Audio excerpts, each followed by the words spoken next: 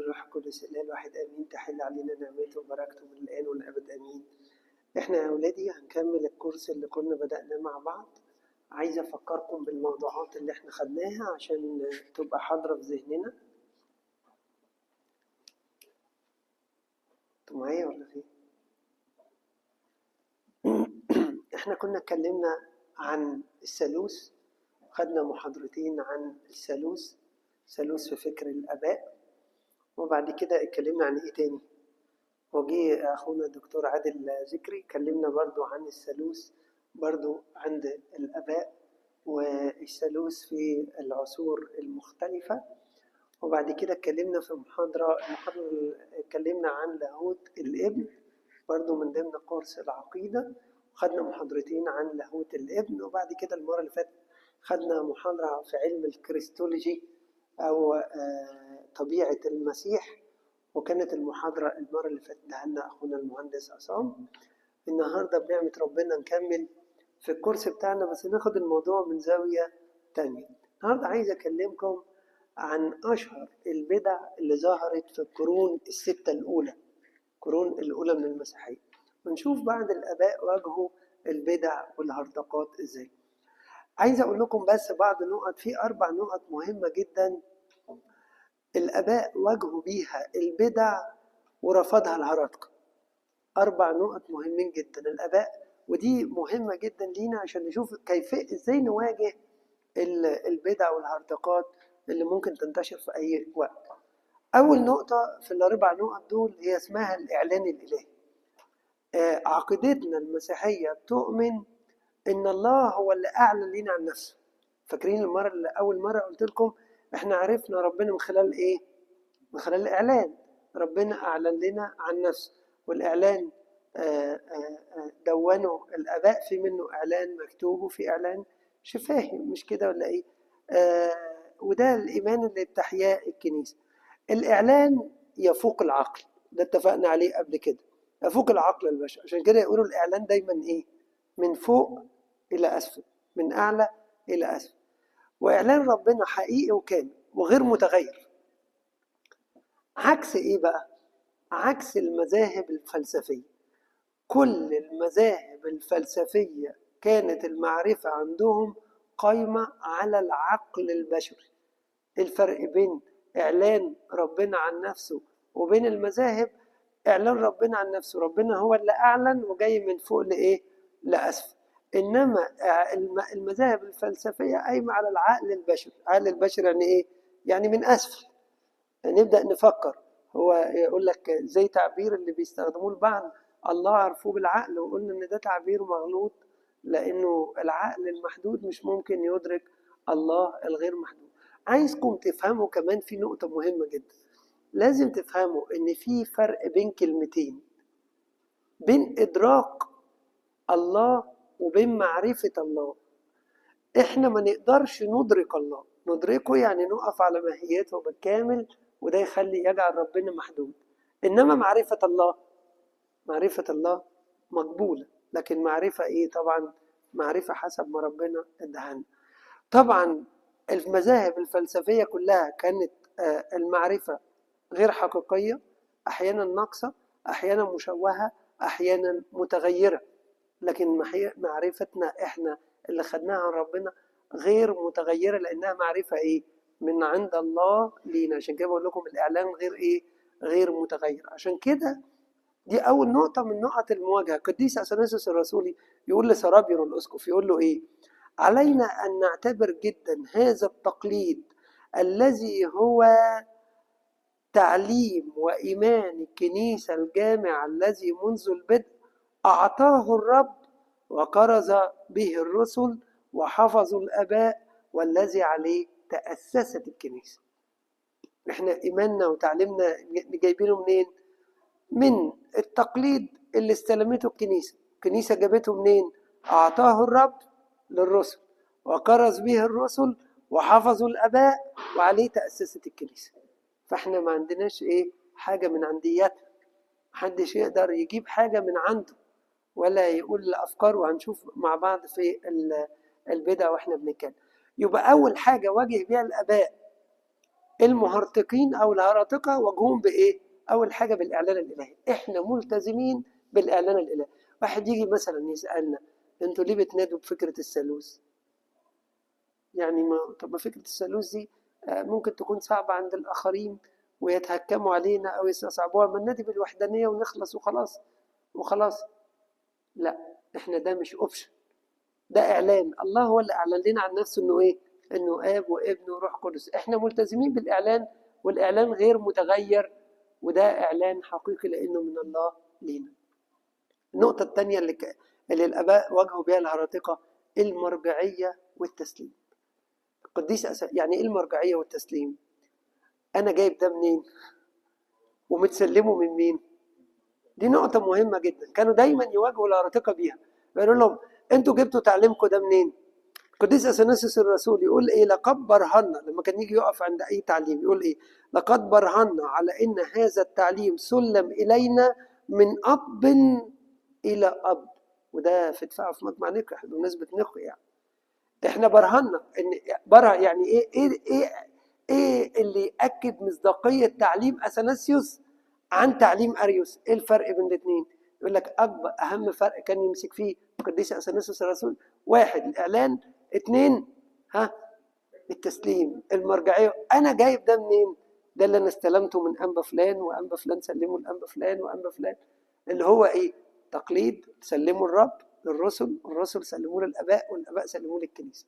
عشان كده انت جايب التعليم ده منين؟ واحد واقف مثلا بيعلم في الكنيسه دلوقتي، نقول له ايه مرجعيتك؟ لو واحد قال لنا دلوقتي حاجه ما عجبتناش، ما كنت بتناقش مره مع حد من الخدام، قلت له، فبيسالني على حاجه كده، قلت له انا ما سمعتش الفكره دي قبل كده، انت جايبها منين؟ قال لي لا، قريتها في كتاب. قلت له يعني كتاب ايه؟ ما هو ممكن اي كتاب يكتب اي حاجه، لكن عايزين كتاب ايه؟ يقول لك ده القديس اثناسيوس الرسولي في كتاب تجسد الكلمه صفحه كذا في المقاله كذا قال كذا. فاهمين؟ هنا ده ايه؟ طب واثناسيوس جابها منين؟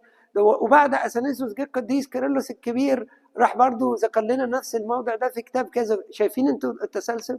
وقبل اثناسيوس كان مين؟ كان في مثلا ايرينيوس بيقول كذا في اسقف لين، وقبل كده كان في كليموندس السكندري بيقول كذا، وقبل انتوا شايفين التسلسل؟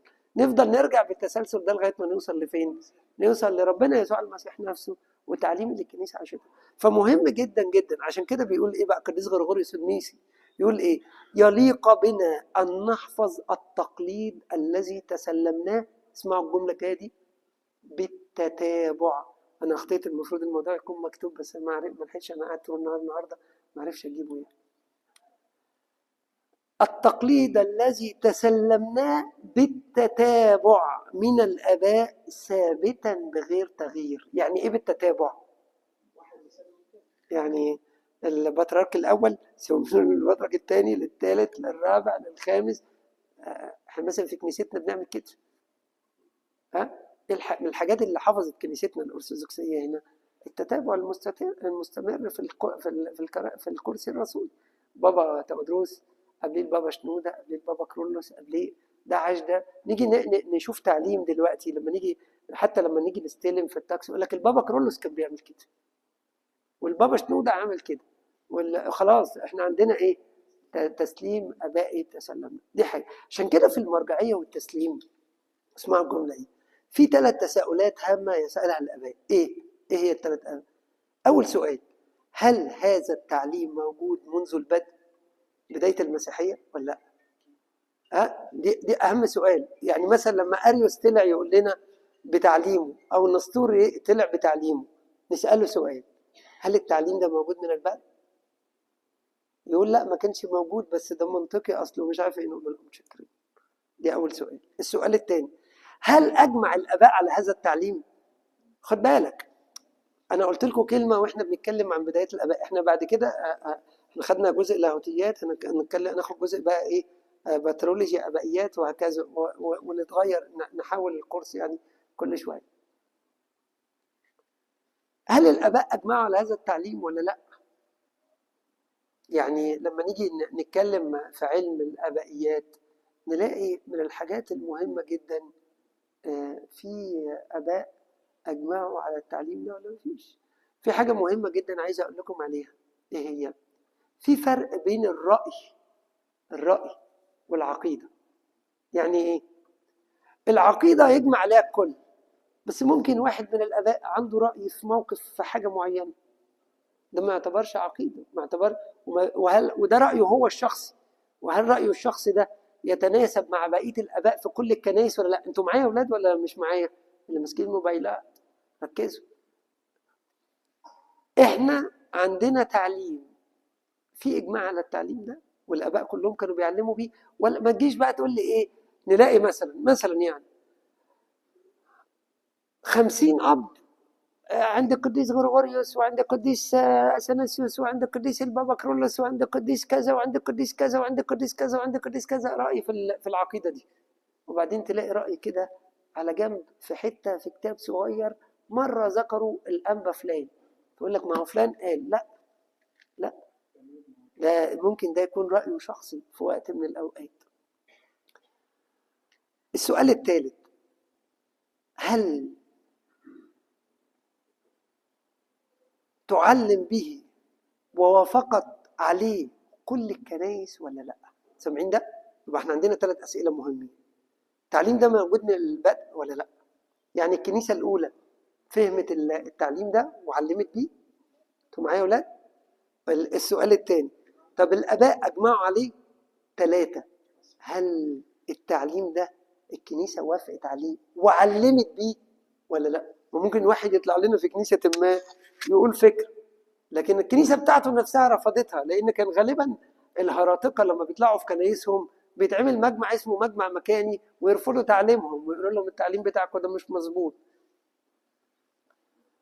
يبقى خلينا نرجع عشان الناس اللي لسه متاخره. انا عارف انتوا كنتوا متاخرين النهارده عشان موضوع الشارع فاضي وكده. احنا بنتكلم على ايه؟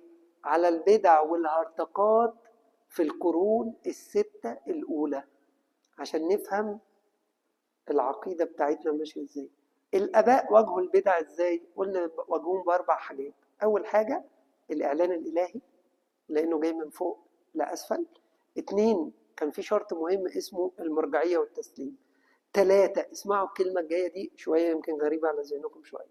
اسمها إيه؟ اسمها ذهنية الكتاب المقدس. ذهنية، يعني إيه ذهنية الكتاب المقدس؟ يعني إيه؟ يعني احنا فهمنا الكتاب المقدس ازاي؟ اللي مش احنا بقى، اللي هو ايه؟ كيف فهمت الكنيسة الكتاب المقدس. بصوا عشان تفهموا الكلمة دي هقرا لكم قول للقديس هيلاري اسقف فواتيه اللي كلمتكم عنه ساعة الثالوث. بيقول ايه؟ الكتاب المقدس ليس بقراءته بل بفهمه. ولو معايا الآية دي، القول ده، الكتاب المقدس ليس بايه؟ بقراءته بل بايه؟ احنا بنفهم الكتاب المقدس ازاي؟ قلت لكم قبل كده، واحد من الاباء قال كده: نحن لا نعرف الكتاب المقدس الا مشروحا بالاباء معاشا في القديسين. يعني ايه؟ الكنيسه فهمت الايه دي ازاي؟ ما يجيش واحد النهارده يطلع لنا فيديو يجيب لنا ايه من الايات ويفسرها هو على حسب هواه، يقول لك الايه بتقول كده. لا مش كده. هو ده اللي عمله اريوس ونستوريوس والناس دي، عملوا كده. اريوس جاب ايه هي؟ مثلا يعني زي ابي اعظم مني، مسك في الايه وقال لك ايه؟ الايه دي بتقول ان الابن اقل من الاب ومش مساوي للاب في الجوهر، وفهمها كده. هل الكنيسه فهمت الايه كده؟ هو ده النقطه. هل الكنيسه عاشت الايه زي ما هو بيردد؟ لا، دي النقطه. عشان كده في نقطه مهمه جدا، ذهنيه الكتاب المقدس. القديس اثناسيوس يقول ايه بقى؟ هم يضلون كثيرا إذ هم لا يدركون هدف الكتاب المقدس. انت لازم تبقى فاهم الهدف من الآية دي. في ناس تفسر الآيات حسب هواها، ولذلك يا أحباء اسمعوا الكلمة دي. كنيستنا الأرثوذكسية، الكنيسة القبطية بتاعتنا، قالت لنا حاجة مهمة قوي، فهموها كويس. ادتنا حرية التأمل في الكتاب المقدس. مش كده ولا لأ؟ حضرتك امسك الكتاب المقدس وامسك الآيات وتأمل زي ما انت عايز. لكن عند استنباط العقيدة تقول لك لا، العقيدة ايه؟ لا، مقيدة بايه؟ بالكنيسة، باللي عاشته الكنيسة واللي فهمته. مش اخواتنا البروتستانت عندهم مبدأ غريب خالص. يقول لك ايه؟ يقول لك في حاجة اسمها حرية الاعتقاد. افتح الكتاب المقدس وحسب ما ربنا يدي لك نعمة، وكل واحد نعمته غير التاني، ويقول لك ايه؟ حرية الاعتقاد تسري الكنيسة، تعمل ثراء. ايه اللي نتج من حرية الاعتقاد تسري الكنيسة دي؟ عمل ايه؟ عمل ايه؟ مئات ولا دلوقتي الاف، الله اعلم، ما احنا كل واحد بقى يخاف يقول رقم، من الطوائف اللي طالعه من تحت عبايه الايه؟ البروتستانتيه. ليه؟ حريه الاعتقاد. فبقى واحد يطلع لنا يقوم يقرا الكتاب المقدس، يطلع يقوم يطلع لنا نص وعقيده ويستنبط عقيده، واحيانا يقوموا عاملين دعايه في اعلان في التلفزيون في امريكا، في قنوات بتتاجر، ويقوم مأجر ويطلع يدعي الناس لله، ويسميها بقى، قول بقى زي ما انت عايز، كنيسة الله، كنيسة المجيئين، كنيسة الايه، وهكذا. لا، الكنيسة تقول لنا احنا في العقيدة ملتزمين بتعليم الكنيسة. 3 نقط قولهم معايا عشان قولوا معايا. الآباء واجهوا البدع ازاي؟ 1، الإعلان الإلهي. قولي معايا يا أولادي، قولوا معايا. 1. 2، المرجعية والتسليم. احنا استلمنا منين؟ والكنيسة عايشة ده من الأول وبتبرهن على انك استلمته من جيل لجيل ولا لا. 3، ذهنية الكتاب المقدس. الكنيسة فهمت الكتاب وعاشته ازاي، والتفسير الكنسي للمعاني الأصفار. 4، الكنيسة نظرت لإيه؟ حاجة اسمها بقى، اسمها النظرة الخلاصية. النظرة الخلاصية يعني ايه؟ الآباء كان عندهم نظرة مهمة جدا وهم بيفسروا الكتاب المقدس. إيه هو؟ يقول لك الدفاع عن نصيبنا في المسيح. الدفاع عن إيه؟ عن نصيبنا في المسيح. واحد يقول لي يعني إحنا ماسكين قوي في الحرف يفرق معنا إيه؟ يعني مثلا في موضوع الطبيعتين اللي امتد في مجمع خلقدونيا، ليه احنا ما نوافقش الخلقدونيين ونقعد؟ واحيانا البعض يقولوا الخلاف خلاف فلسفي وخلاف في الحروف، وصحيح هو انتوا عارفين نقطه الخلاف بيننا وبين الخلقدونيين كانت ايه؟ حرف جر، في ومن. هم اكدوا على انه المسيح فيه طبيعتين، واحنا قلنا لا، نكتبها من طبيعتين، لان احنا بنتكلم عن طبيعه واحده من بعد الاتحاد. طب وهي ليه الكنيسه ماسكه في مين يعني؟ بصوا بقى، لأن الكنيسة عايزة تعلمنا مبدأ مهم جدا. إيه هو؟ لو اللي مات على الصليب ده طبيعتين، ومشينا مع مبدأ نستوريوس، واللي مات على الصليب ده هو إنسان، هل يقدم لي أنا خلاص غير محدود؟ هل يقدر يقدم خلاص للبشرية كلها؟ يقدر؟ ما يقدرش، ده إنسان محدود. لكن الله الكلمة المتجسد يقدر يقدم خلاص غير محدود. يقدر. عشان كده الكنيسة وهي بتدافع عن الطبيعة الواحدة، ما كانتش بتدافع عن فلسفات يا أولاد، خدوا بالكم. الكنيسة كانت بتدافع عن إيه؟ اسمعوا العبارة دي، بتدافع عن حياة الكنيسة. ليه؟ لأن أنا حياتي في المسيح. لو اللي مات على الصليب إنسان ما يقدمليش أنا الخلاص، هل يقدم خلاص غير محدود؟ هل يقدر يقول زي ما الكتاب بيقول من ثم يقدر أن يخلص إلى التمام كل؟ يقدر يقول لي خلص إلى التمام؟ إلى التمام دي عارفين يعني إيه؟ إلى نهاية البشرية، إلى المجيء التاني. كل الأجيال طب تكون إمتى دي؟ كل الأجيال كل الأجيال يقدر المسيح يخلصها. عشان كده الكنيسة دايما كانوا يقفوا قدام أي بدعة ويتساءلوا سؤال مهم: أين نصيبنا في المسيح؟ البدعة اللي تضيع نصيبي من المسيح، اللي تضيع النظرة الخلاصية، نرفضها، نقول لا، احنا ما ناخدش البدعة دي. عشان كده القديس اثناسيوس قال مرة: إن لم يكن المسيح ربا وإلها لما استطاع أن يخلصنا. مش كده؟ ما كانش المسيح إله، أخذ أنا خلاصي منين؟ لو اللي مات على الصليب إنسان، لو مشينا مع فكرة إنه زي الآخرين إنه نبي وخلاص، فين الخلاص ناخده منين؟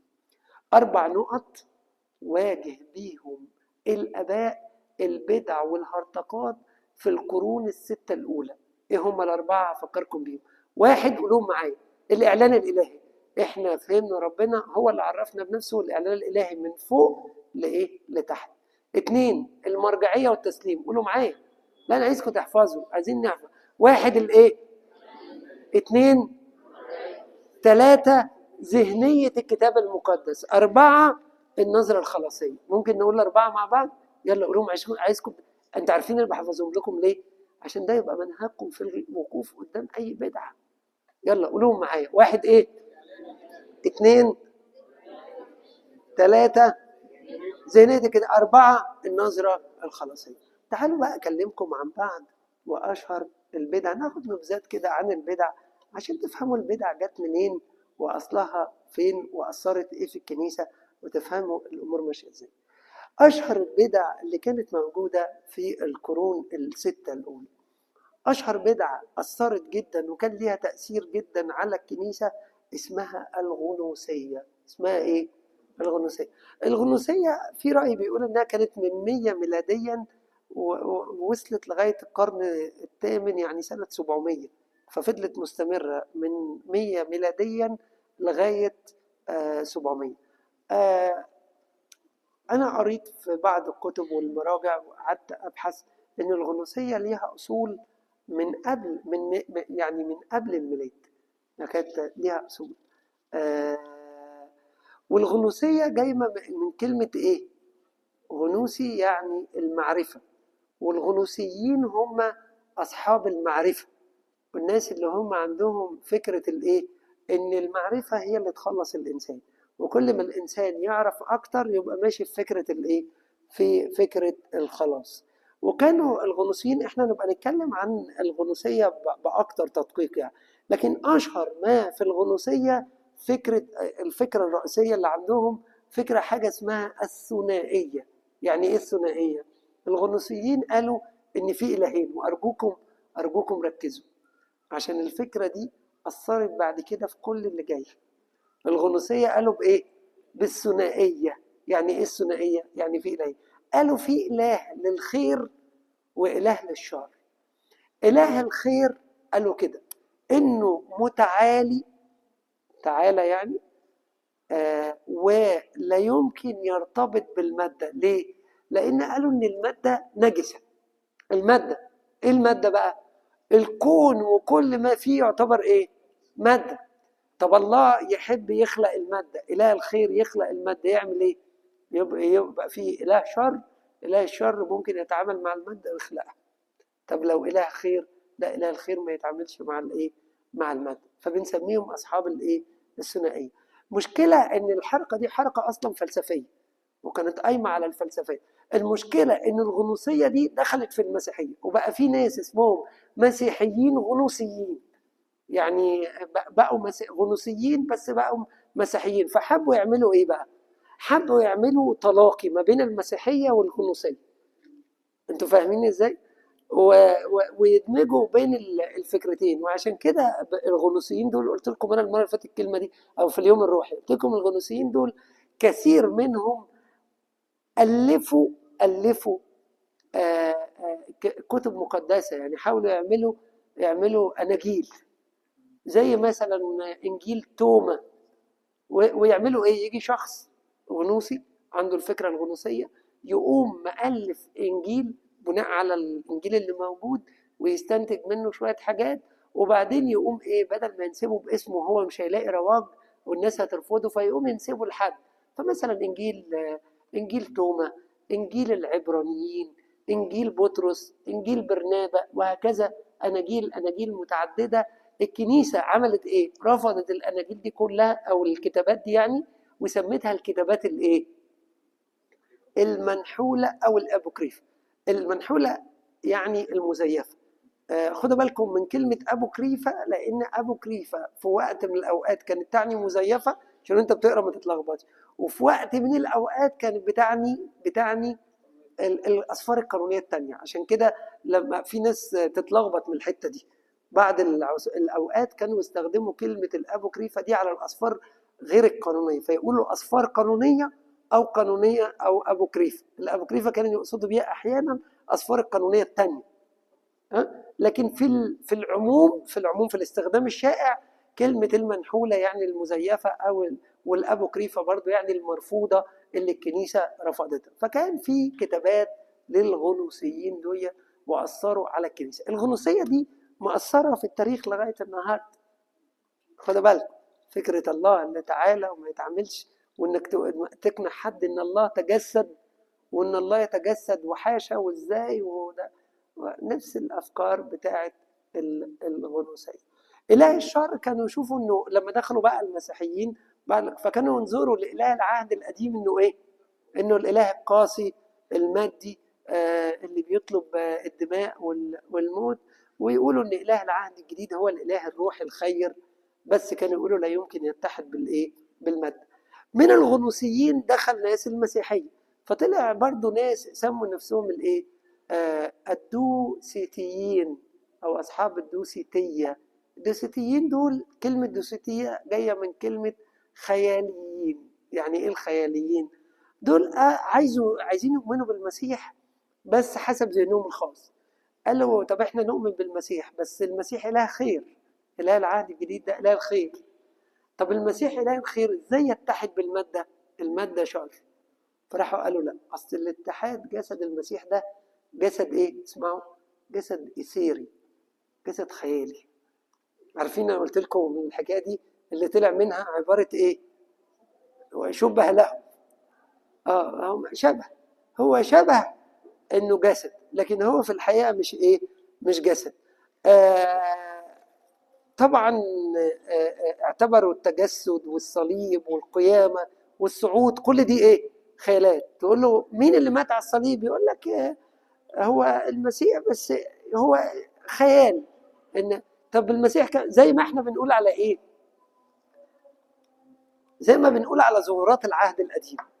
ظهورات العهد القديم كانت ظهور مؤقت، ما كانش تجسد. فيجي واحد يقول طب بس ربنا اكل مع ابونا ابراهيم، نقول له ايه؟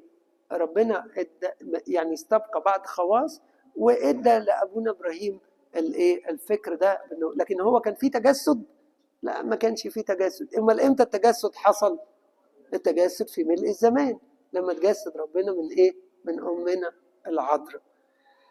هم بقى كل الخياليين دول رفض ده. اهم زعماء بقى الغنوصيين دول كان في واحد اسمه باسيليدس وفالنتينوس وماركيان، دول اشهر الغنوصيين. اهم الاباء اللي واجهوا الغنوصيه قديس اغناطيوس الانطاكي، قلت لكم ده كتب 7 رسائل في طريقه للاستشهاد. قديس كليموندوس السكندري.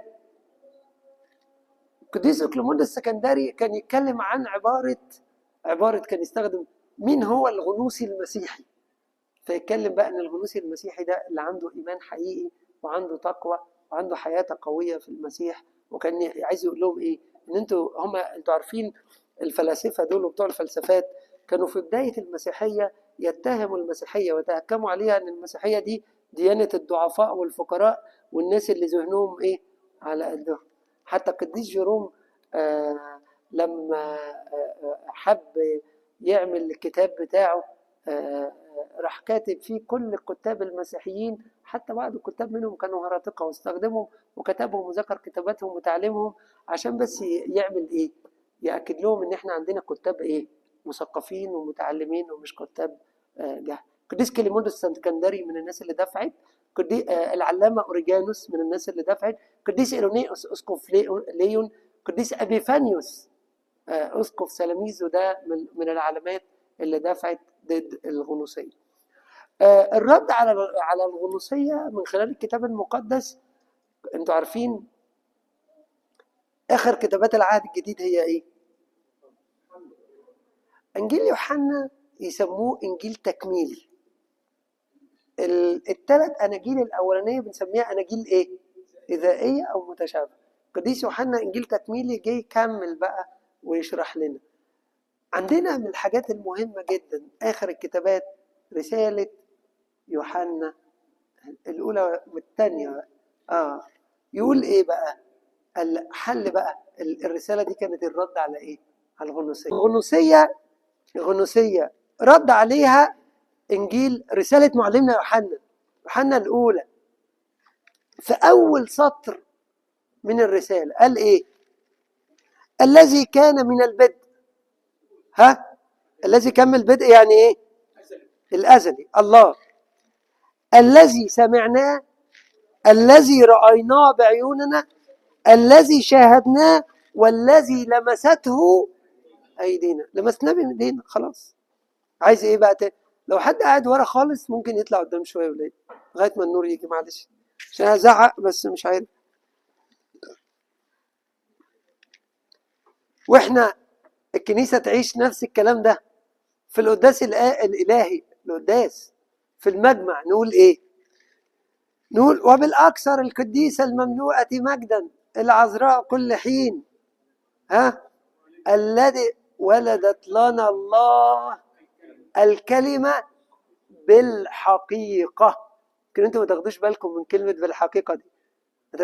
الذي ولدت لنا الله الكلمة ونسكت؟ لا، الذي ولدت لنا الله الكلمة بالحقيقة. ليه؟ الذي رأيناه، الذي شاهدناه، الذي ايه؟ بصوا يعني ايه لمسته ايدينا؟ لمسنا ده مش إثيري، مش جسد إثيري زي ما هم قالوا، مش خيال. عشان كده السيد المسيح في ظهوره للتلاميذ قال لهم ايه؟ قال لهم جسوني وانظروا. جسوني، بص خدوا بالكم التعبير كان واضح ازاي. جسوني يعني ايه؟ تجسس كده، تحسس جسدي. وقال لتوما، قال له هات حط ايدك في ايه؟ في مكان الحربة ومكان المسامير. وتوما لما لمس ده قال ايه؟ ربي وإلهي. ليه؟ تلامس تلامس حقيقي. طب ما عايز اسألكم سؤال، طب هو السيد المسيح هنا مش كان بعد القيامة؟ ايه رأيكم؟ طب والقيامة جسدها ايه؟ جسد مش مادي، ده جسد نوراني. طب ازاي قال لهم جسوني وانظروا؟ بص الآباء يقولوا ايه؟ السيد المسيح استبقى في قيامته بعض الخواص من الجسد المادي عشان يعمل ايه؟ يأكد للتلاميذ حقيقة القيامة. كنت مستني حد منكم يسألني السؤال ده، بس عشان النور مقطوع انتم مش مركزين. واخدين بالكم؟ نفس الكلمة لما قال لهم ايه؟ عندكم أدامة؟ قالوا له طب هاتوا ناكل، وقال وقعد وأكل استبقى. قديس أغناطيوس يقول ايه؟ بدون قيامة المسيح بالجسد من الأموات لا يمكن أن تتغير الطبيعة الإنسانية. يقول كن كإنسان أصم لا يسمع عندما يتكلم معك أحدا بعيدا عن يسوع المسيح الذي كان من قبيلة داود ابنا لمريم، الذي ولد بالحقيقة، الذي أكل وشرب، الذي تألم بالحقيقة وبالحقيقة أيضا مات. شفتوا العبارة دي يا أولادي؟ يقول لك إيه؟ بص اسمع العبارة دي، كن إنسانا أصم لا يسمع عندما يتكلم معك أحدا بعيدا عن المسيح يسوع. يجي حد يقول لك المسيح لا معلش، ما أنا مش عارف أرفع دراعي مش هيستحمل. انتوا معايا يا ولاد؟ انا برد عليها على الناس اللي منشغلين جدا بالعرادات. يا عم اسمع من هنا وفوت من هنا. ترى بيتكلموا عن البعيد، اصل ما حدش يقدر يقول ان المسيح رب الا بالروح الايه؟ بالروح القدس. اول فئه كانت عندنا اسمهم الايه؟ الغنوصيين. الفئه الثانيه ومن اشهر البدع والهرطقات اللي كانت موجوده هرطقه الاريوسيين. اريوس كان ليبي الجنسيه، مش مصري. هو كان كاهن سكندري بس هو جنسه كان ليبي. اتولد حوالي 260 وعاش لغايه 336، وكان كاهن في الاسكندريه. وكان اشهر معلميه واحد اسمه لوسيان الانطاكي، وده منبع للهرطقه. مشكله اريوس انه استخدم عقله وتجاهل ايه؟ خليكم فاكرين اللي انا قلته في الاول، حاجات الاربعه. اريوس تجاهل الاعلان الالهي، ومش بس تجاهل الاعلان الالهي، تجاهل ذهنيه الكتاب المقدس. الكنيسه عاشته ازاي؟ عايز اقول لكم بعض المبادئ لهرطقه اريوس، مبادئ الهرطقه الاريوسيه والرد عليها. 1، تتبع الاصول المنطقيه السهله. خدوا بالكم، مركزين يا اولاد؟ انا مش شايفكم كويس.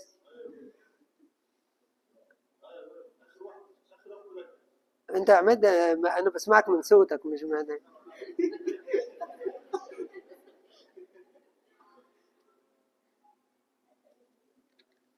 يتبع الأصول المنطقية السهلة. إيه الأصول المنطقية السهلة؟ نفس الفكرة اللي موجودة دلوقتي. يعني أنتوا لازم تكلمونا عن الثالوث. هو ليه؟ واحد مرة سألني السؤال ده، قال لي هو ليه الله عندنا في المسيحية صعب كده والإيمان المسيحي صعب؟ يعني إخواتنا مثلا دول يقولوا كلمتين وخلاص. قلت له أيوة، عشان إحنا بنؤمن بإيه؟ بالله الغير محدود. إلهنا إله إيه؟ إله عظيم. مش بنقول في الترنيمة كده ليه؟ غير محدود. أنت بتحاول تتعرف على الله الغير محدود، مش تدرك. احنا بنقول له في القداس لا، غير المدرك. مش ممكن ندرك الله. ندركه، افتكروا العبارة دي، ندرك يعني نجعل الله محدود. خلاص نعرف بس معرفتنا ايه؟ نسبية. يتبع الأصول المنطقية السهلة. 2، قلما، دي مبادئ الارتقاء الأروسية، قلما ترتكز على الأسفار المقدسة وذهنيتها. 3، جميع المصطلحات اللي جعلها أريوس حجته هي من آرائه ولم يقل بها أحد من الكنيسة. يعني إيه؟ يعني أريوس جاب لنا إيه؟ تعليم جديد الكنيسة ما كانتش سمعته قبل كده. خدوا بالكم يا أحباء، الواد اللي بيطلع دلوقتي اللي بيعمل فيديوهات ده، مش عايز أقول اسمه عشان ما أعملوش قيمة. الاسم هو قيمة الإنسان. الإنسان قيمته في اسمه، ده من الحاجات المهمة. فده الشخص ده اللي هو مدفوع يعني من جهات معينة ومدعوم منهم كل الدعم الكامل، يعمل ايه؟ يجي يقول لك أريوس ده كان الكنيسة، وطلع وقف ضده مين؟ أثناسيوس. ولأن أثناسيوس مدفوع بالسلطة المدنية اللي هو قسطنطين، فقدر يقهر أريوس. شايفين؟ عايز يعمل ايه؟ عايز يقول لك ان تعليم أريوس كان التعليم السائد. شوف يعني الضلالية قد ايه موجودة. موجود، مع ان أريوس ده حكمه كام؟ 318 مجتمعين بنقي اسم الصليب. نشكر الله، حبة ربنا العظيمة. انتوا معايا يا اولاد؟ احسن انا بصراحة زوري ما كانش هيجيب اكتر من كده. ربنا عالم بالحال، كناش هنعرف نصلي بكرة. واخدين بالكم؟ أريوس لما جاب تعليم الكنيسة ما كانتش بتعرفه. وتعليمه كان مبني على ايه؟ على الفلسفات. ولذلك الكنيسة في بدايتها كانت ترفض جدا دخول الفلسفة. قديس كليموندس السكندري بس اللي صالح الفلسفة مع المسيحية، لكن خد منها. يقول لك ايه؟ الفلسفة بتبحث عن الحقيقة لكنها ما قدرتش توصل للحقيقة. احنا هنعمل ايه؟ ناخد الفلسفة ونعمدها. فطالما انها بتبحث عن الحقيقة، احنا كمان باحثين عن الحق، فناخدها في الإطار ده. مبادئ الهرطقة الأريوسية: 1، تتبع الأصول المنطقية السهلة. 2، قلما ترتكز على الأسفار المقدسة وذهنية الكتاب. 3، جميع المصطلحات اللي استخدمها أريوس وحجته من آراء ولم يقل بها أحد من آباء الكنيسة. 4، تبدأ بمبدأ وحدانية الله من المفهوم العددي. حد فهم حاجة؟ يعني إيه؟ الله واحد، يقول لك وحد الله، مفهوم العدد. طب ما الواحد، لا احنا نبدأ بمفهوم وحدانية الله بأنه إيه؟ يعني إيه وحدانية الله؟ ليس له مثيل. الله طبيعته طبيعة وحيدة متفردة. فاهمين؟ دي نقطة. الواحد على فكرة يقبل انه يبقى 2 و3 و4 لو مشينا مع المبدأ العام. خد من اليهودية مفهوم اختفاء الله عن أعين أي مخلوق. اليهودية كان وقت من الأوقات مش بس ربنا يعني في حتة تانية كده، لا بس ده حتى اسم الله ما ننطقش بيه. اليهود جم عليهم وقت لا ما حدش. 6، يتجاهل ان الانسان مخلوق على صورة الله.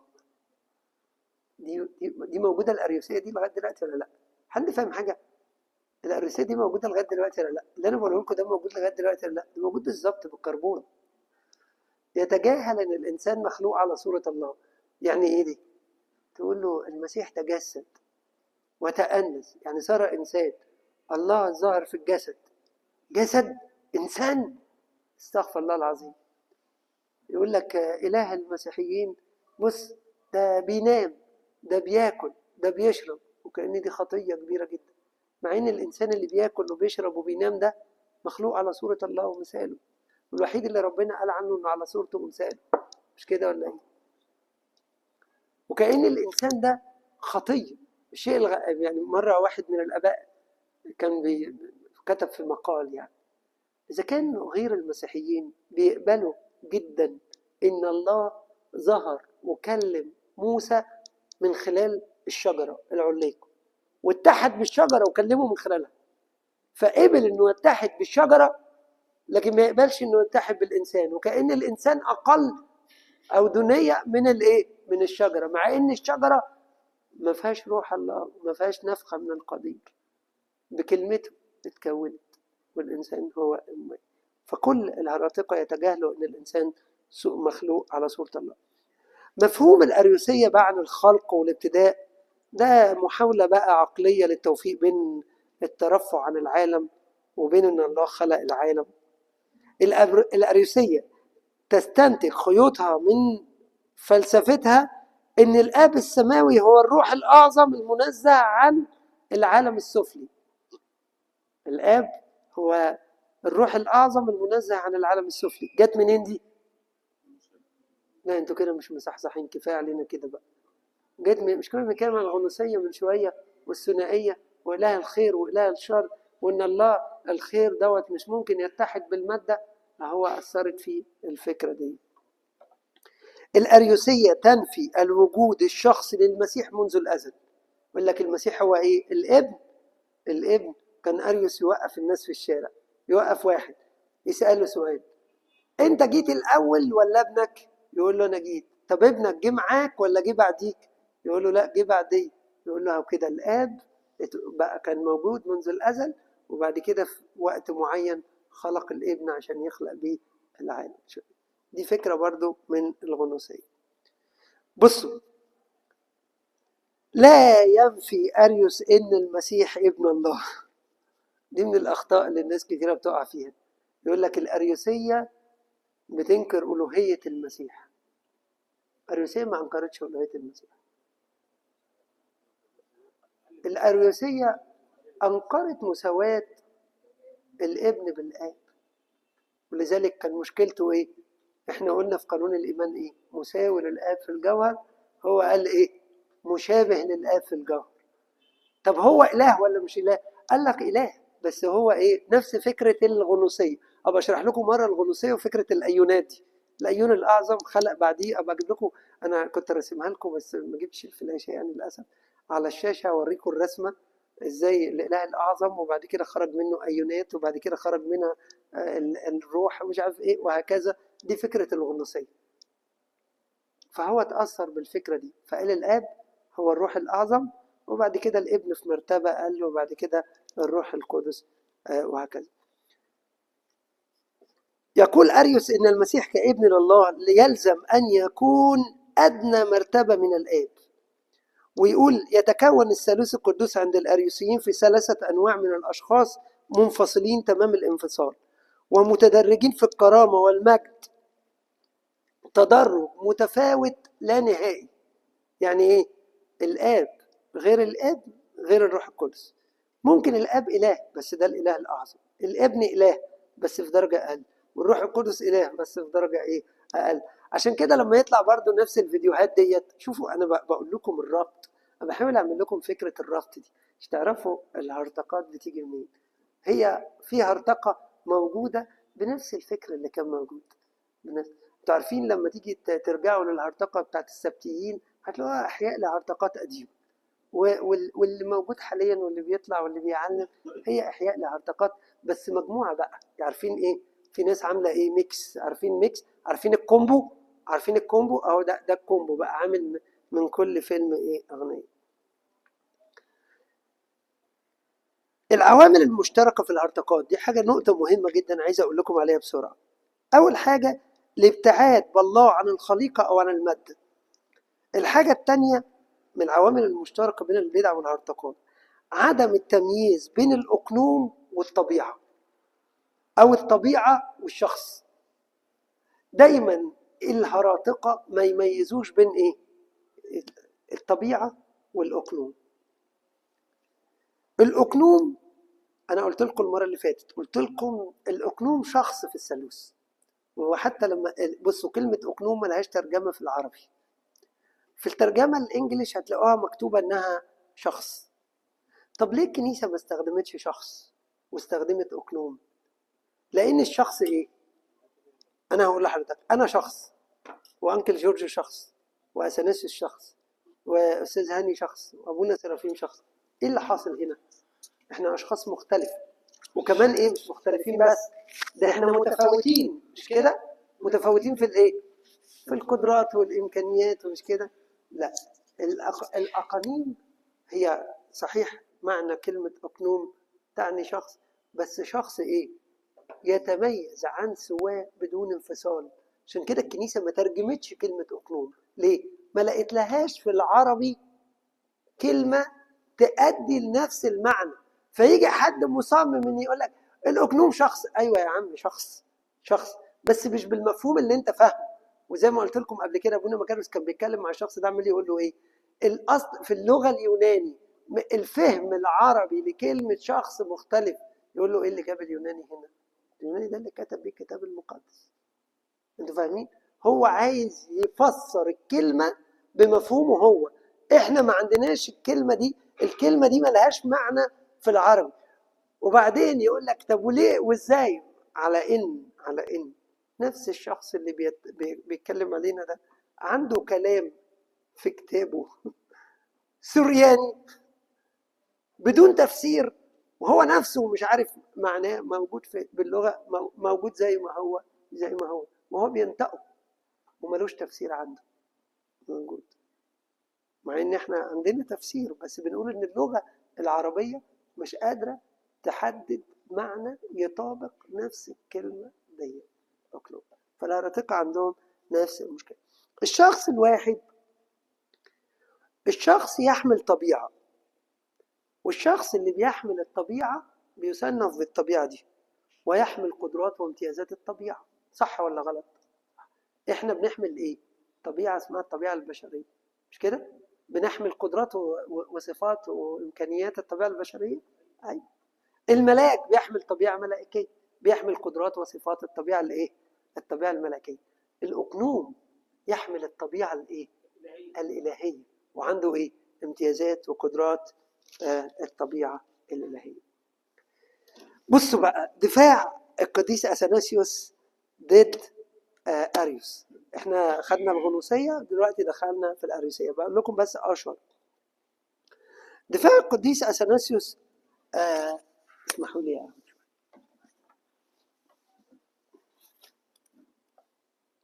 شوفوا اريوس لما كان يتكلم كان يقول ايه؟ الله الاب خلق الابن في الزمن، ويقول عنه ايه؟ كاله وسيط لكي يخلق به العالم.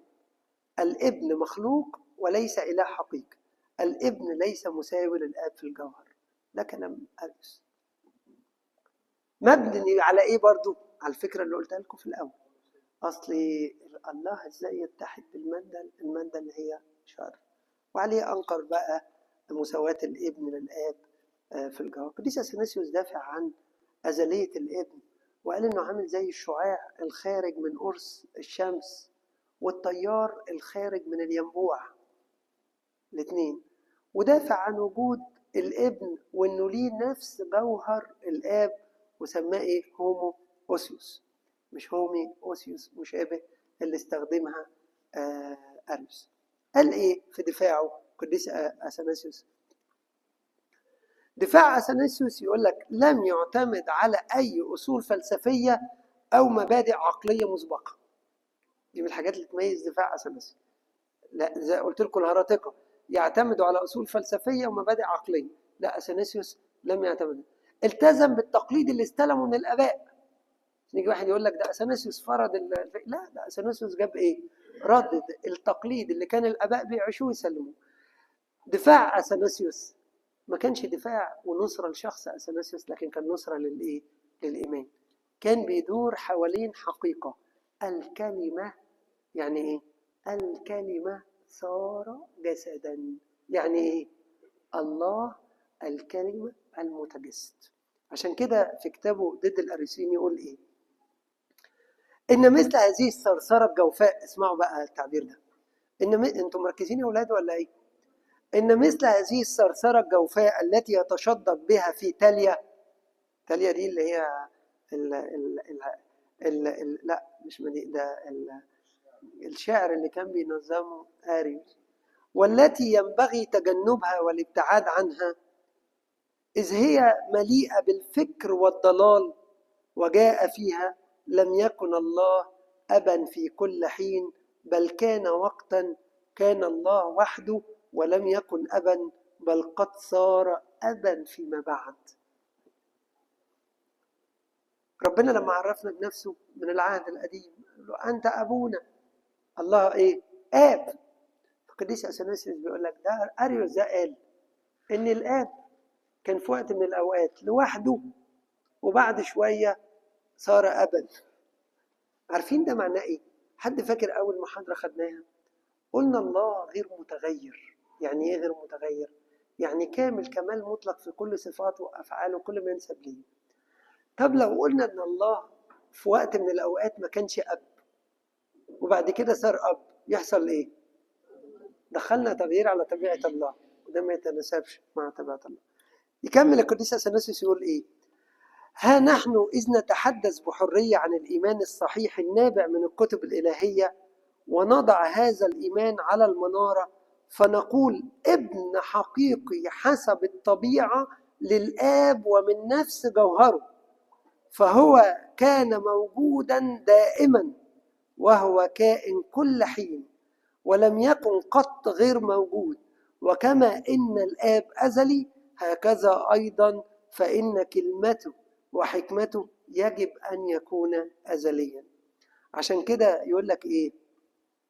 القاعدة اللي ودعها القديس أثناسيوس لفهم الآيات اللي الأريوسيين أساءوا فهمها، الآية اللي هي زي آية أبي أعظم منه وغيره، يقول إيه؟ علينا أن نفهم من النص الكتابي هل يتكلم الابن في الجسد أم قبل التجسد؟ المسيح يمثل البشرية وهو في الجسد، ولذلك كل ما يحدث لهذا الجسد فهو يحدث للإنسانية لأجلنا فينا ولحسابنا. يقول إيه؟ القديس أثناسيوس يقول كده: لو لم يكن الرب قد تأنس فإننا لا نكون قد افتدينا من الخطية ولا قمنا من الموت، بل بقينا أمواتا تحت التراب ولا صعدنا إلى السماء بل رقدنا في الجحيم. القديس أثناسيوس كان دايما ليه كلمة مهمة جدا، يقول لو لم يكن الابن موجودا فالآب كان أبا لمن؟ لو في وقت الابن مش موجود، أمال الأب كان أب لمين؟ ما كانش أب لحد، يبقى ما كانش أب، مش كده ولا إيه؟ ودخلنا تغيير عليه. عشان كده عناصر عقيدة القديس أثناسيوس إيه؟ المسيح هو الله، المسيح اللي جاء لينقض أعمال إبليس، الله لا يحتاج لوسيط ليمكنه من خلقة العالم، المسيح جاء ليفدي الإنسان. تسمية الله بالآب في الكتاب المقدس تحمل ضمنا وجود الابن في الآب. فهمتوا دي؟ فهمتوا حقيقة؟ وده كان رد القديس إيه؟ أثناسيوس. طبعا بعد كده هناخد بقى الآباء اللي دافعوا، نبقى ناخدهم في مرات تانية. أهم من دافعوا عن ضد الأريوسية قديس أثناسيوس، وبعديه وقديس في عصره الآباء اللي بنسميهم الآباء الكبدوك، تحملوا أتعاب كثيرة جدا. قديس باسيليوس الكبير، قديس غرغوريوس النازيانزي، قديس غرغوريوس النيسي، قديس هيلاري أسقف بواتيه، كل دول تحملوا عناء الدفاع عن الإيمان المستقيم ضد الأريوسية. ضد الايه؟ الاريوسيه. خدوا بالكم من الحكايه. بالعكس ده اريوس بعد كده كان ليه تاثير على الامبراطور اللي جه بعد كده وتلاميذه، وكانوا بيتعبوا الكنيسه جدا جدا جدا في دفاع الكنيسه عن الايمان الايه؟ المستقيم. يبقى عندنا اول اشهر البدع اللي كانت موجوده في الوقت ده كانت بدعه مين؟ بدعه الغنوصيه. واللي جه منها بعد كده برضو من الفلسفات دي بدعه الاريوسيين، اتباع ايه؟ اريوس اللي كان كاهن بالايه؟ الاسكندريه. وانتوا بقى عارفين بعد كده نهايه اريوس، وان احشائه انسكبت من بطنه وكان راجع وعايز يتقبل في الكنيسه، والاباء صلوا ان ربنا ما يقبلوش قديس باسيليوس، وربنا خلى احشائه تنسكب من بطنه ومات شر ايه؟ ميتا. وربنا حمى الكنيسه من البدعه دي. من البدع المشهوره جدا في الكنيسه الاولى بدعه ابوليناريوس. ايه ابوليناريوس بقى؟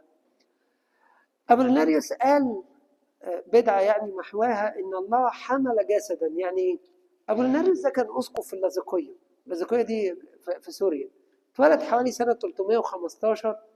انكر ايمان الكنيسه باتحاد اللاهوت، لاهوت كامل بالطبيعه البشريه الكامله، ناسوت كامل. قال ايه؟ ابوليناريوس كان عنده مشكله.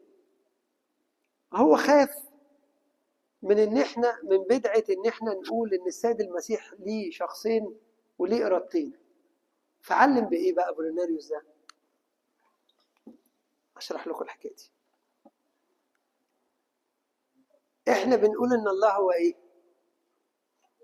انا قلت لكم المره اللي فاتت دي اله ايه؟ كامل وانسان كامل. الله لاهوت، الله اله كامل وانسان كامل، والاثنين اتحدوا وبقى بينهم اتحاد، مش كده؟ وقلنا الاتحاد ده تم فين؟ في بطن العظم. بعد الاتحاد ده بقينا نقول على الله ايه؟ ان الله الكلمه المتجسد، مش كده؟ اللي جبناها منين؟ والكلمه صار جسدا. ابوليناريوس قال طيب احنا بقى لما بنيجي نعرف احنا ما خدناش موضوع طبيعه المسيح، بس كلمكم عنه المهندس عصام المره اللي فاتت. لما بنيجي نتكلم عن الله الكلمة المتجسد بنقول إن اللاهوت متحد بالإيه؟ بالناسوت، مش كده؟ ونقول إيه؟ إن هذا الاتحاد اتحاد أقنومي طبيعي. ولو معايا كده اتحاد إيه؟ أقنومي طبيعي. هل هو اتحاد؟ يعني إيه أقنومي؟ طبيعي يعني اتحاد طبائع. الطبيعة اللاهوتية اتحدت بالطبيعة الإيه؟ الناسوتية. طب يعني إيه أقنومي؟ أقنومي الآباء يقولوا إيه؟ يعني أقنوم الكلمة اتخذ جسدا. انتم مركزين يا أولاد؟ ركزوا في الحتة دي قوي، خطيرة جدا. يعني إيه أقنوم الكلمة اتخذ جسدا؟ إحنا قلنا من شوية إن الأقنوم يعني شخص في الثالوث بس بدون إيه؟ بدون انفصال، ما يتميز عن سواه بدون انفصال. كويس؟ واستخدمنا كلمة أقنوم.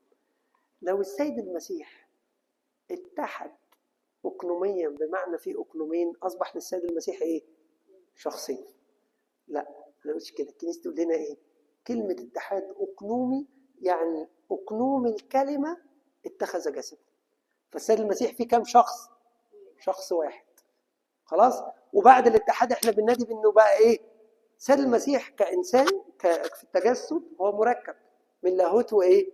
من ناسوت. ففي إله كامل وإنسان إيه؟ وإنسان كامل. خلاص؟ انتوا معايا في الحته دي؟ جه ابوليناريوس ده قال لك لا، السيد المسيح بالطريقه دي ممكن يكون في شخصين، شخص للانسان وشخص للايه؟ للاهوت. طب عشان اتلافى القصه دي نعمل ايه؟ قال لك الروح اللاهوتيه في المسيح حلت، اللاهوت حل محل الروح الانسانيه. شيلوا كلمه الروح اللاهوتيه دي، انا خطيت فيها. الروح اللاهوت في السيد المسيح حل محل الروح الإنسانية. فبقى الإنسان إنسان مش إيه؟ مش كامل. واعتمد في الآية على الآية اللي بتقول إيه؟ والكلمة صار جسدا. قال لك لا، الكتاب بيقول صار جسدا، ما قالش صار إنسان. عشان كده الكنيسة بعد كده في قانون الإيمان قالت إيه؟ تجسد وما سكتتش وقالت ايه؟ وتأنس. انسان كامل. ليه بقى الكنيسه قالت كده؟ لو احنا مشينا مع ابولوناريوس اللي حرمته الكنيسه زي اريوس واعتبرته هرطوقي، يبقى سيد المسيح جه يخلص الايه؟ الجسد الحيواني. مش الجسد بتاعنا ده شبه الجسد الحيواني؟ لكن الروح مختلف، الروح ما فيهاش. فسيد المسيح بيخلص ايه؟ بيخلص الانسان. عشان كده الاباء قالوا له لا. القديس غرغوريوس النازيانزي يقول له ايه؟ تعبير جسد مجاز مرسل. ويقول له ايه؟ ذكر الجزء المراد به الكل فيقصد به الانسان كله. القديس اثناسيوس يقول له ايه؟ لان القول الكلمه صار جسدا هو مساو ايضا للقول الكلمه صار انسانا، حسب ما قيل فيه وقيل اني اسكب من روحي على كل جسد. كل جسد يعني. وبعد كده اوريجانوس العلامه اوريجانوس يقول ايه؟ لو لم يكن المسيح انسانا كاملا لاستحال خلاص الانسان بكامله.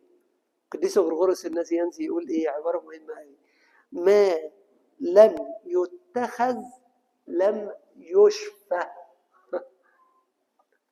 احنا لما سقطنا ايه؟ جسدا ونفسا وروحا، فبقى عندنا مرض اسمه مرض الخطيه.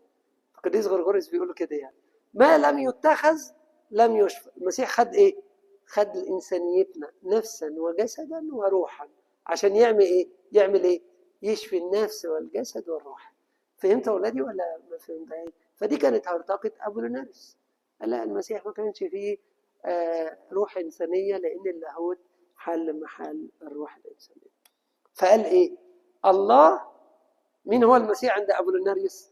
افتكروا العباره دي: الله حمل جسد. طلع مين بقى يرد عليه؟ نستوريس. نستور يقول له ايه؟ لا، ده المسيح هو انسان يحمل الله.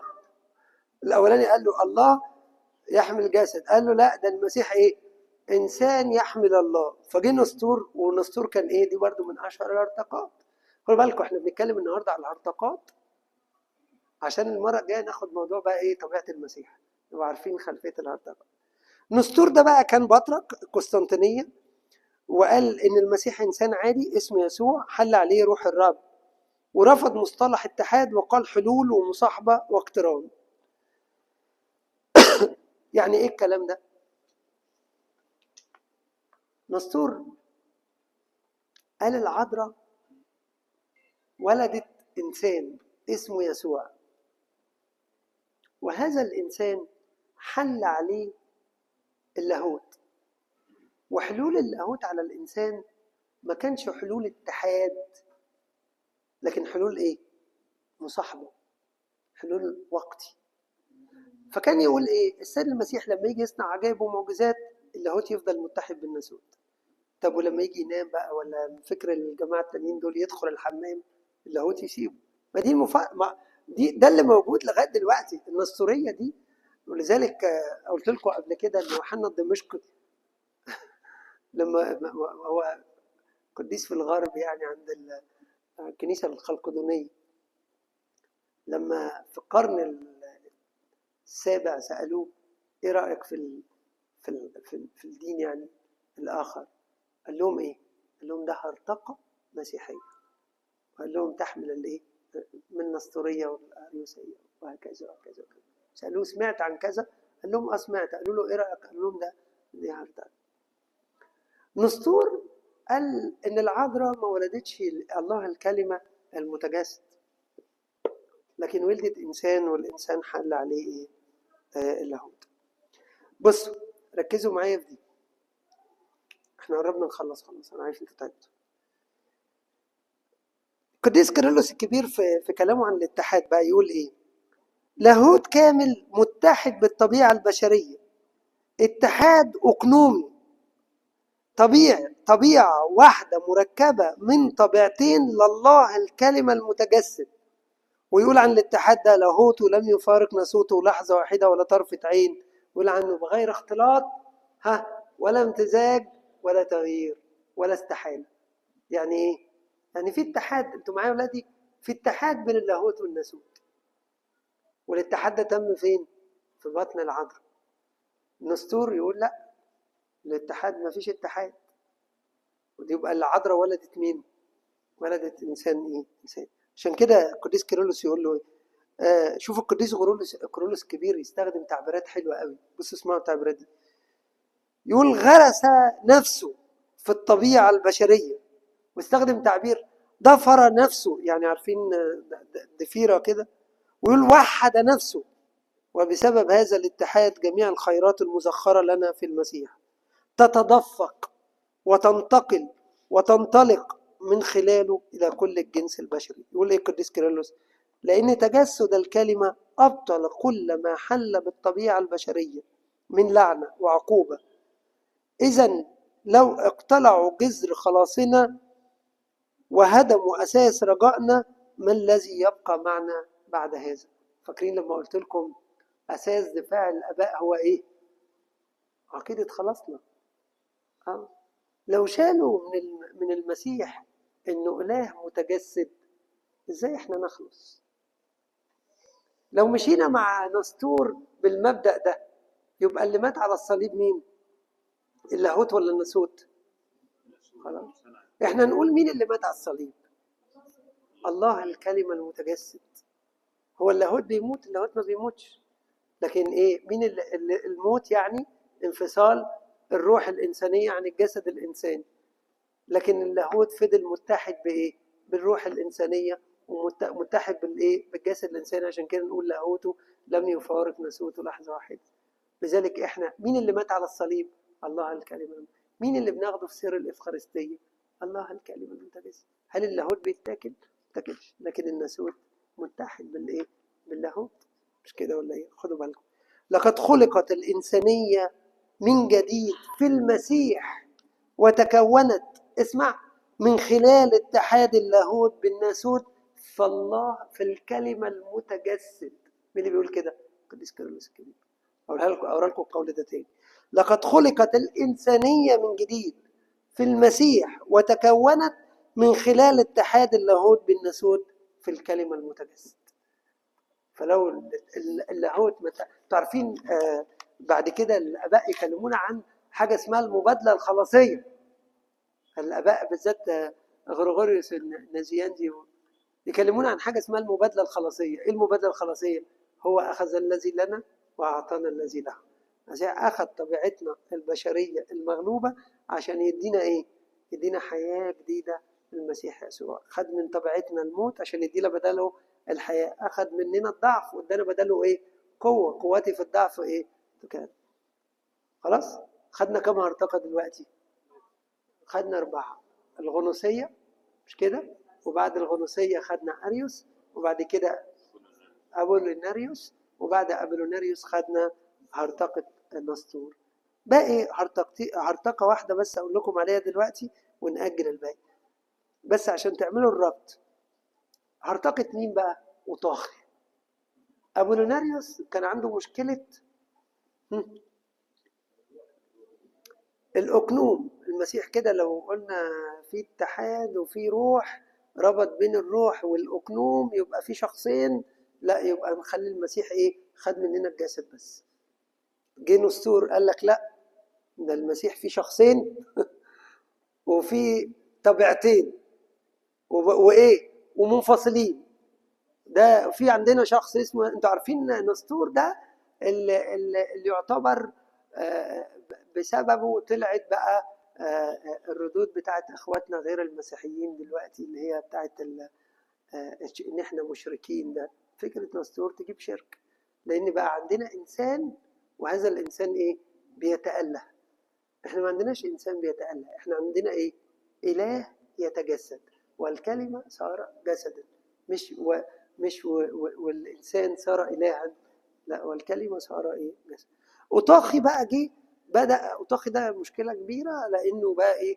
مشكلة الطبيعة يسموها الوحيدة. أوطاخي بدأ الأول كمدافع عن المسيحية، وهناخد الحاجات دي بتفاصيل بعد شوية، مش النهاردة يعني. أوطاخي بدأ إنه مدافع عن الإيمان المستقيم ضد نستور، وهو كان رئيس دير في القسطنطينية. نادى نسطور قال طبيعتين ومشيئتين وشخصين في المسيح. نسطور أوطاخي قال لا، المسيح ليه طبيعة واحدة. خدوا بالكم الغرب بيتهمنا ان احنا أوطاخيين، عشان يعني القديس ديسكوروس، بابا ديسكوروس، لما أوطاخي تراجع عن هرطقته حلوا من الحرب، فاعتبروا ان احنا موافقين على ايه؟ على هرطقته. طب ايه الفرق بيننا احنا دلوقتي وبين أوطاخي؟ أوطاخي نادى بفكرة اسمها الطبيعة الوحيدة في المسيح، طبيعة وحيدة. قال ايه؟ قال اللاهوت ابتلع الناسوت، الناسوت ده داب في اللاهوت. وهشرح لكم الحتة دي عشان دي مش مفهومة، احنا بنرددها كتير في كل الكتب ومش مفهوم. هقول لكم ان أوطاخي بداية المشكلة عنده ظهرت منين؟ راجل رئيس دير مش بتاع لاهوتيات، لكن كان روحاني ومستوى وحب يدافع فوقع في الهرطقة دي. أوطاخي بينادي بالطبيعة الوحيدة في المسيح. احنا اسمنا أصحاب الطبيعة الواحدة مش الوحيدة. احنا بنقول لاهوت، المسيح إله كامل وإنسان كامل، بس بينهم إيه؟ اتحاد. قولوا بينهم إيه؟ ودي الكلمة اللي استخدمها كل الآباء لغاية القرن السادس الميلادي. أمال أوطاخي بقى، أوطاخي كانت مشكلته إيه؟ أقول لكم بقى، عشان ده الجديد بقى غير اللي موجود في الكتب التقليدية. أوطاخي وقف قدام فكرة. إيه الفكرة؟ السيد المسيح اتحد بالإنسان، وقال أكد جدا، اسمعوا العبارة دي، أكد جدا جدا جدا على الاتحاد. ليه؟ لأن نسطور قال إيه؟ انفصال، مفيش اتحاد. فهو أكد جدا جدا على الاتحاد، بس وقفت قدامه مشكلة. إيه هو؟ هو الله لما يتحد بالإنسان، هل الإنسان ده يبقى إنسان عادي زينا كده فيه ضعفات؟ طبعا السيد المسيح شبهنا في كل شيء ما خلق إيه؟ الخطيئة. أوطاخي قال لا، هو الإنسان اللي اتحد به المسيح إنسان كامل، بس أكيد في صورة أحسن من الصورة اللي احنا عليها دلوقتي. وقال إيه؟ إن إنسانية المسيح عاملة زي آدم الأول قبل السقوط. مش بس كده، وقال دي أصل طبيعة المسيح دي، الإنسان الكامل في المسيح عامل زي إنسان القيامة كده، طبيعة ممجدة. فعمل إيه؟ خلى إنسانية المسيح مختلفة عن إنسانيتنا. فهمتوا إزاي؟ هي دي بقى جوهر الموضوع، مش عبارة الناسوت دب في اللاهوت وخلاص العبارة الدارجة، لا. فهو جه أكد، قال وبقى يسأل في المجمع، هل المسيح اتخذ إنسان شبهنا إحنا ولا ما خلى الخطية واحدة؟ يقولوا ما خلى الخطية واحدة. طيب يبقى إنسان مميز، إنسان متفرد وطبيعي. لكن وهو بيشرح عمل إيه؟ خلى له الناسوت ما بقاش مشابه لناسوتنا. فاهمين؟ الكنيسة بقى بتاعتنا بتأكد إيه؟ المسيح خد إنساننا الضعيف ده، ما خلى الإيه؟ خطية واحدة. إنسان اللي إيه؟ اللي يجوع ويعطش ويتعب، مش كده؟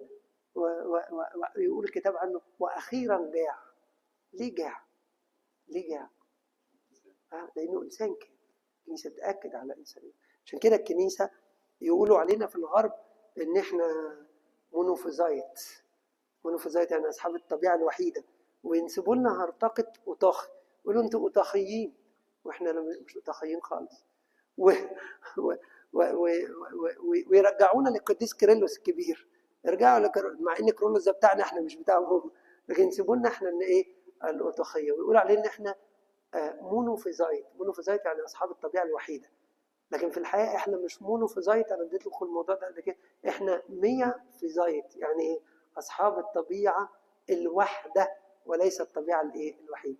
احنا بنؤمن بان السيد المسيح هو الله الكلمه المتجسد من طبيعتين، طبيعه ايه؟ لاهوتيه وطبيعه ناسوتية، لكن من بعد الاتحاد نقول لا يليق ان احنا نتكلم عن فصل للطبائع، لكن نتكلم عن طبيعة واحدة لله الكلمة المتجسد. فنقول مين اللي اتصلب على الصليب؟ الله الكلمة المتجسد. مين اللي قام؟ الله الكلمة المتجسد. مين اللي اتولد من العذراء؟ الله الكلمة المتجسد. مين اللي اتعمد؟ الله الكلمة المتجسد.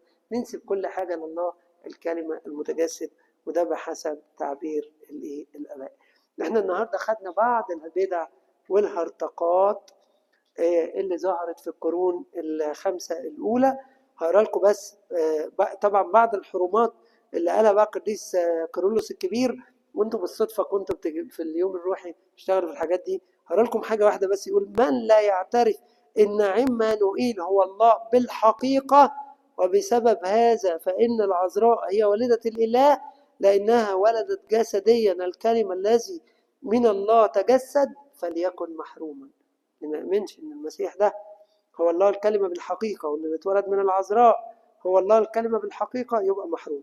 من لا يعترف بأن الكلمة الذي من الله الآب قد اتحد بالجسد أقنوميا، وهو مع جسده الخاص مسيح واحد، وأنه هو بنفسه بوضوح إله وإنسان معا، فليكن محروما. من يقسم بعد الاتحاد المسيح الواحد إلى أقنومين ويكمل، وبعد كده يقول برضه يكن محروما إلى باقي 12 حرما اللي وضعهم البابا كيرلس الكبير. ربنا يبارك حياتكم. حد عنده أي سؤال؟ خدنا النهارده كم هرطقة؟ احنا خدنا 6 يعني، بس أقولهم. خدنا الغنوصية، ومن الغنوصية طلعت الدوسوتيين، يبقى دي كده 2. وبعد كده خدنا أريوس 3 الأريوسية، وخدنا بعد أريوسية الأبوليناريسية، وبعد كده خدنا النسطورية، وأخيرا خدنا الأوطاخية. فدول يبقوا 6 أشهر 6 بدع وهرطقات في القرون الأولى ضد لاهوت المسيح. ربنا يبارك حياتكم. حد عنده أي سؤال يا ولاد؟